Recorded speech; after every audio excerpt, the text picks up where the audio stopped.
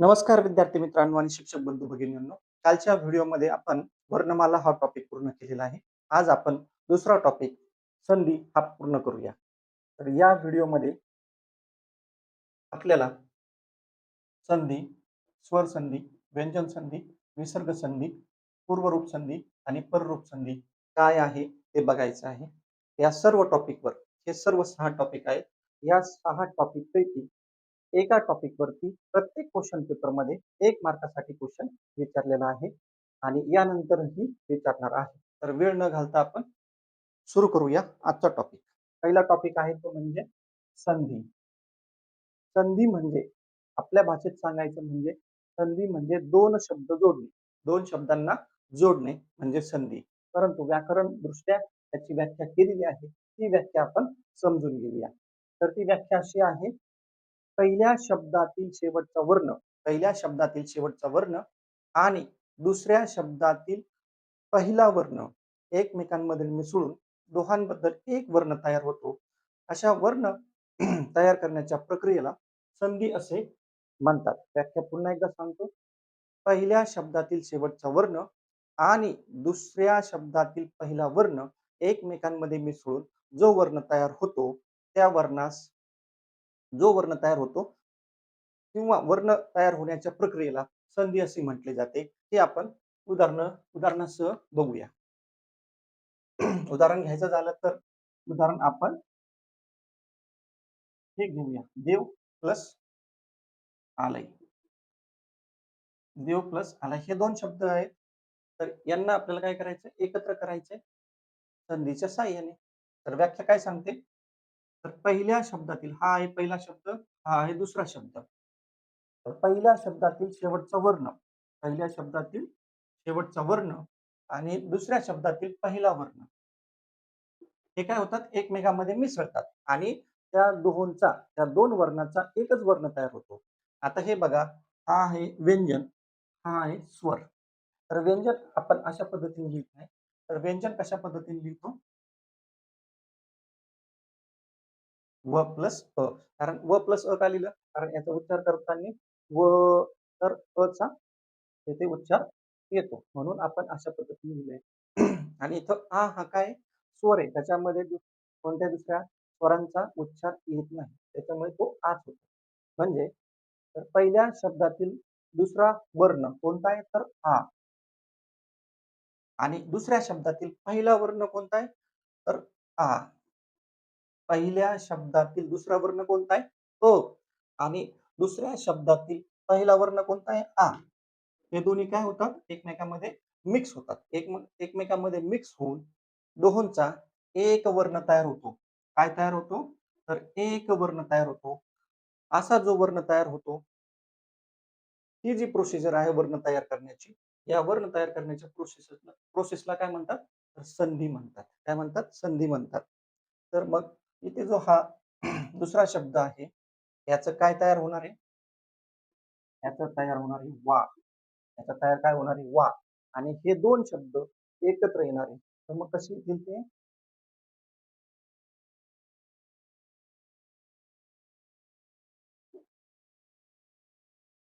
देवालय.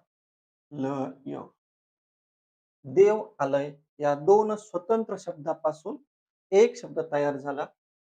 या तयार होण्याच्या प्रक्रियेला काय म्हटलं जातं, संधी म्हटलं जातं. ओके.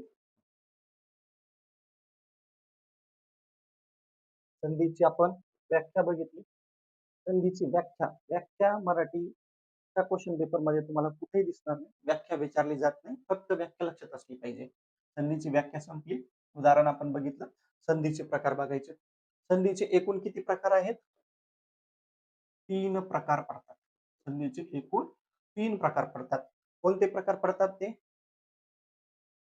स्वर संधी, व्यंजन संधी आणि विसर्ग संधी. संधीचे एकूण 3 प्रकार पडतात. स्वर संधी, व्यंजन संधी, विसर्ग संधी. आता स्वर संधी, स्वर संधीमध्ये काय होतं, याच्या नावावरच आपण काय करतो, इथं संधी करतो. संधी करतो म्हणजे काय, दोन शब्द आपण जोडतो, दोन शब्दांचे वर्ण आपण जोडतो. तर स्वर संधीमध्ये काय असणार आहे, नावातच आहे, नावातच आहे. कारण काय तिथं असणार आहे, जे दोन वर्ण आपण जोडतो ते दोन्ही वर्ण काय असले पाहिजे, स्वर असले पाहिजे. काय असले पाहिजे, स्वर असले पाहिजे. याची व्याख्या कशी होईल, पहिल्या शब्दातील शेवटचा वर्ण हा स्वर असला पाहिजे आणि दुसऱ्या शब्दातील पहिला वर्ण हा सुद्धा काय असला पाहिजे, स्वर असला पाहिजे. त्यावेळेस कोणती संधी येते, तर स्वर संधी येते. डेफिनेशन मी पुन्हा एकदा सांगतो. पहिल्या शब्दातील शेवटचा वर्ण हा स्वर असला पाहिजे आणि दुसऱ्या शब्दातील पहिला वर्ण हा सुद्धा काय असला पाहिजे, स्वर असला पाहिजे. दोन्ही शब्दातील स्वर ज्यावेळेस एकत्र येतील त्यावेळेस त्या संधीला काय म्हटलं जातं, स्वर संधी म्हटलं जातं. व्याख्या लक्षात आली. स्वर संधीची आपण व्याख्या बघितलेली आहे. आता आपण त्याच्यावरती उदाहरणं बघूया. दोन उदाहरणं बघूया. पहिलं उदाहरण आहे ध्वन आणि आदेश. याच्यामध्ये बघा कशा पद्धतीने स्वर संधी तयार होते. धन, आदेश. व्याख्येनुसार जर घ्यायचं ठरलं तर व्याख्येमध्ये काय येतं, पहिल्या शब्दातील शेवटचा वर्ण तो आहे न, तो आपण अशा पद्धतीने लिहितो. दुसरा आहे दुसऱ्या शब्दातील पहिलं जे वर्ण आहे ते आ, अ प्लस आ बरोबर आ, अशा पद्धतीने तयार होतं. म्हणजे इथे न च काय होणार आहे, ना होणार आहे आणि इथला आ काय होणार आहे, नष्ट होणार आहे.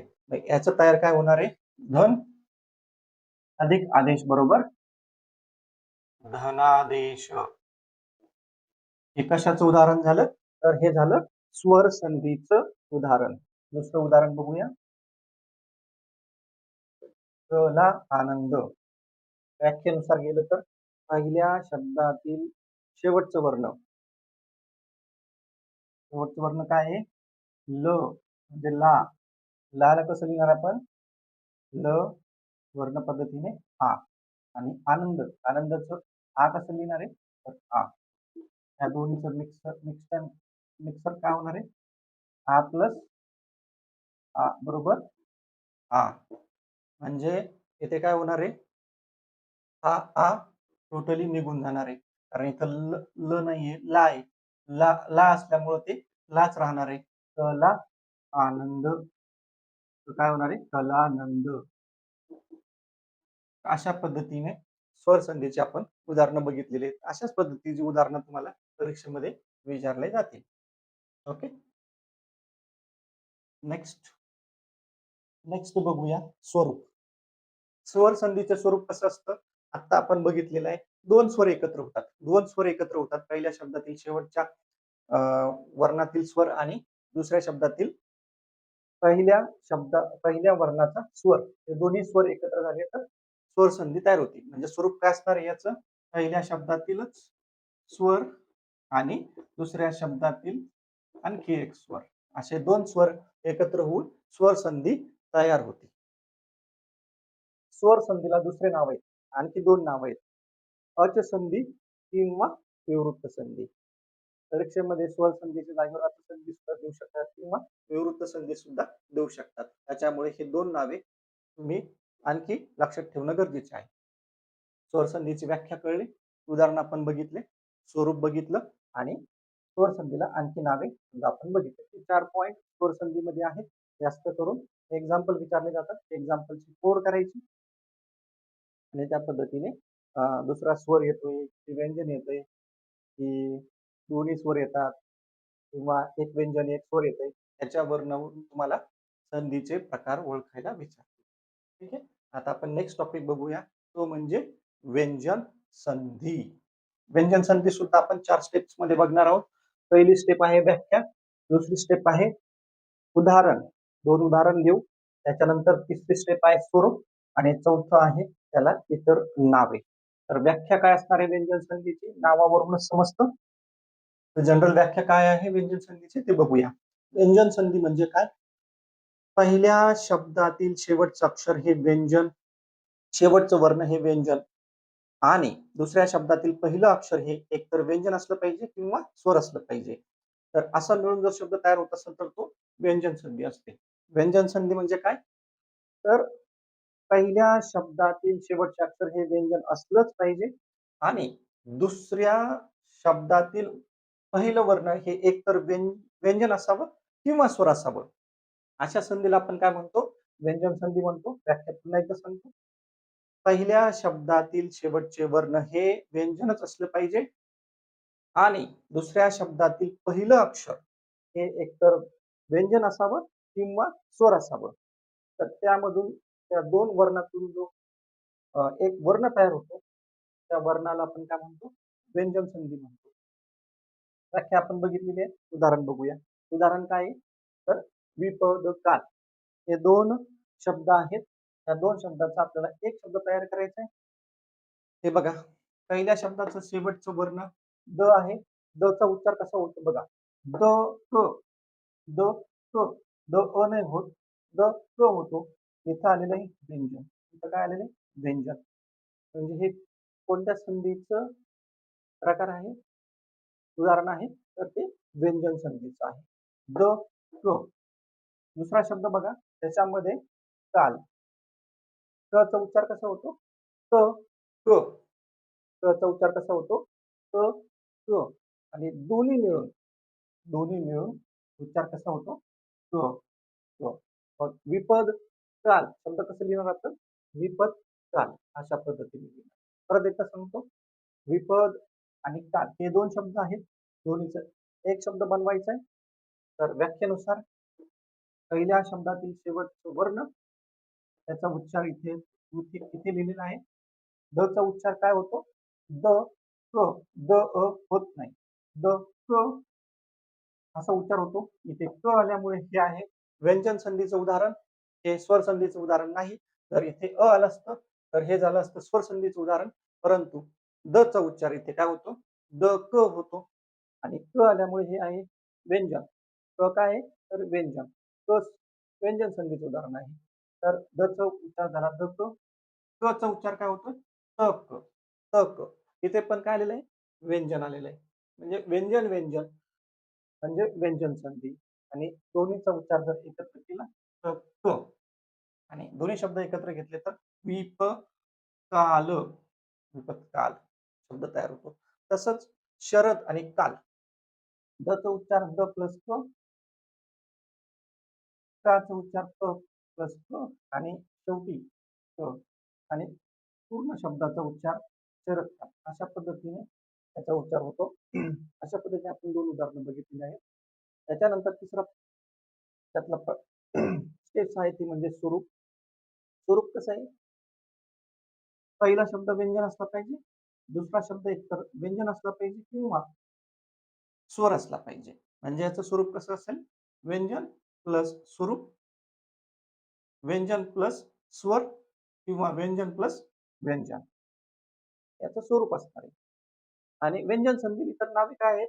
तर हल संधी आणि संवृत्त संधी. हल संधी आणि संवृत्त संधी.